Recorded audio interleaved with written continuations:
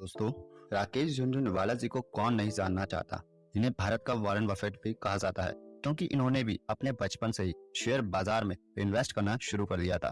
दोस्तों, झुनझुनवाला जी भारत के सबसे अमीर व्यक्तियों में से एक थे। इन्होंने हाल ही में आकाशा नामक एयरलाइंस की भी शुरुआत की थी, परंतु इस एयरलाइंस को ऊंचाइयों पर पहुंचाने से पहले ही 14 अगस्त 2022 को राकेश जी हमारे बीच नहीं रहे।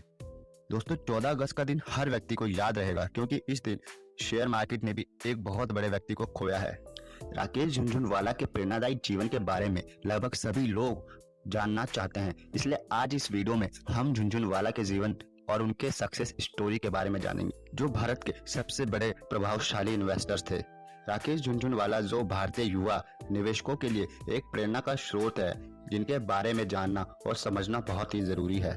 तो चलिए वीडियो की शुरुआत करते हैं और वीडियो लास्ट तक जरूर देखना दोस्तों, राकेश झुनझुनवाला का जन्म 5 जुलाई 1960 को हैदराबाद के तेलंगाना शहर में हुआ।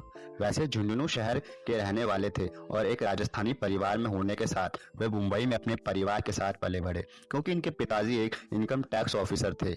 इनके पिता का नाम राधेश्याम झुनझुनवाला और इनकी माँ का नाम उर्मिला झुनझुनवाला था। दोस्तों, झुनझुनवाला बचपन से ही शेयर मार्केट में काफी रुचि रखते थे क्योंकि इनके पिताजी अक्सर शेयर मार्केट में पैसा लगाते रहते थे। झुनझुनवाला ने अपनी पढ़ाई सैडनहम कॉलेज से अपनी ग्रेजुएशन को पूरा किया और इसके बाद इन्होंने चार्टर्ड अकाउंटेंट कोर्स में दाखिला लिया और बहुत ही कम समय में चार्टर्ड अकाउंटेंट भी बन गए। दोस्तों, राकेश झुनझुनवाला की शादी की बात करें तो उनकी शादी रेखा झुनझुनवाला से हुई थी, जो कि स्टॉक मार्केट की सबसे बड़ी इन्वेस्टर थी। दोस्तों, जैसा कि हमने आपको बताया कि झुनझुनवाला का बचपन से ही शेयर मार्केट में काफी रुझान था क्योंकि जब इनके पिताजी अपने दोस्तों के बीच शेयर से रिलेटेड बातचीत करते थे तो झुनझुनवाला भी उनकी बातों को बड़े ही ध्यान से सुनते थे। और इसी कारण से एक दिन झुनझुनवाला ने अपने पिताजी से शेयर मार्केट के बारे में कुछ प्रश्न किए, जिसमें उनके पिताजी ने कहा कि तुम न्यूज के ऊपर ज्यादा फोकस किया करो, जिससे तुम्हें अपडेट मिलती रहेगी। उसके बाद से ही झुनझुनवाला रोज अखबार में शेयर मार्केट से संबंधित जानकारियां पढ़ते थे।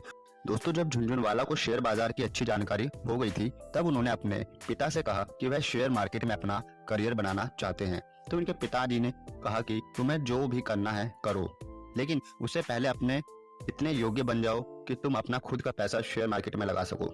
इसके बाद ही झुनझुनवाला ने सीए की पढ़ाई आरंभ की। दोस्तों, फिर झुनझुनवाला ने अपना पहला निवेश करने का सोचा और अपने कॉलेज के दिनों से ही उन्होंने शेयर मार्केट में पैसा लगाना शुरू किया। जब झुनझुनवाला ने पहली बार शेयर मार्केट में इन्वेस्ट करने का सोचा तो उनके पास बैंक में केवल 5,000 रुपए जमा थे और यह amount full time share market में एक इन्वेस्टर बनने के लिए काफी नहीं था। इसलिए झुनझुनवाला के भाई ने अपने किसी क्लाइंट से कुछ पैसे उधार लेकर झुनझुनवाला को दिए। उसके बाद से ही झुनझुनवाला ने अपने कैरियर की शुरुआत करी। उन्होंने अपने पहले टाटा स्टील के शेयरों में इन्वेस्ट किया था और उन्होंने टाटा टी के शेयरों में केवल 5,000 रुपए का निवेश किया था। अगले 3 महीनों में टाटा टी के शेयरों में लगभग 3 गुना वृद्धि हो गई और जब यह शेयर 3 गुना बढ़ गए तो उन्होंने तुरंत ही उन शेयरों को 140 रुपए में बेचा और वह 5,000 रुपए से 5 लाख रुपए तक का प्रॉफिट निकाल लिया था। दोस्तों, यह झुनझुनवाला की शेयर मार्केट में सबसे बड़ी सफलता थी, लेकिन उनके पास 1986 से 1989 तक 20 से 25 लाख रुपए तक की कमाई हुई थी।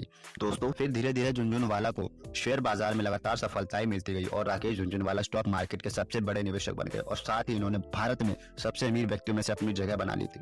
दोस्तों, झुनझुनवाला जी ने लगभग सभी बड़ी कंपनियों में निवेश किया है और साथ ही इन्होंने टाटा ग्रुप के सभी कंपनियों में भी निवेश किया है। दोस्तों, राकेश झुनझुनवाला का कहना था कि पहले इन्वेस्ट करो, बाद में जांच करो। यदि आपको लगता है कि शेयर में मेरी कमाई करवा सकता है तो उसे खरीद लेना चाहिए और बाद में उससे जुड़ी सारी जानकारी को परख लेना चाहिए, क्योंकि अगर आपको लगता है कि वह सही नहीं है तो आपको तुरंत ही बेच देना चाहिए। दोस्तों, झुनझुनवाला जी ज्यादातर भारत की कंपनियों में निवेश करते थे। उनका मानना था कि देश बढ़ेगा तभी तो हम बढ़ेंगे।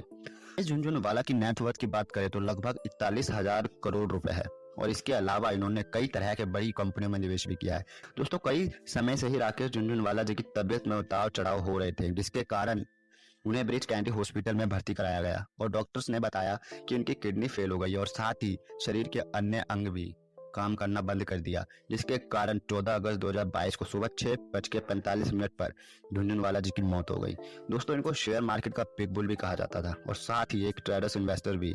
इसके साथ ही भारत के प्रधानमंत्री ने भी राकेश झुनझुनवाला के निधन पर दुख व्यक्त किया और कहा कि झुनझुनवाला भारत देश की बहुत बड़ी देन है। वह हमेशा भारत के विकास के लिए तैयार रहते थे और उनका इस तरह निधन हो जाना बहुत ही दुखदायी है। केवल 62 साल की उम्र में ही दुनिया को छोड़ दिया। तो दोस्तों आज की वीडियो में है इतना ही। कैसा लगा वीडियो? अच्छा लगा तो लाइक शेयर एंड सब्सक्राइब जरूर करें। थैंक यू दोस्तों।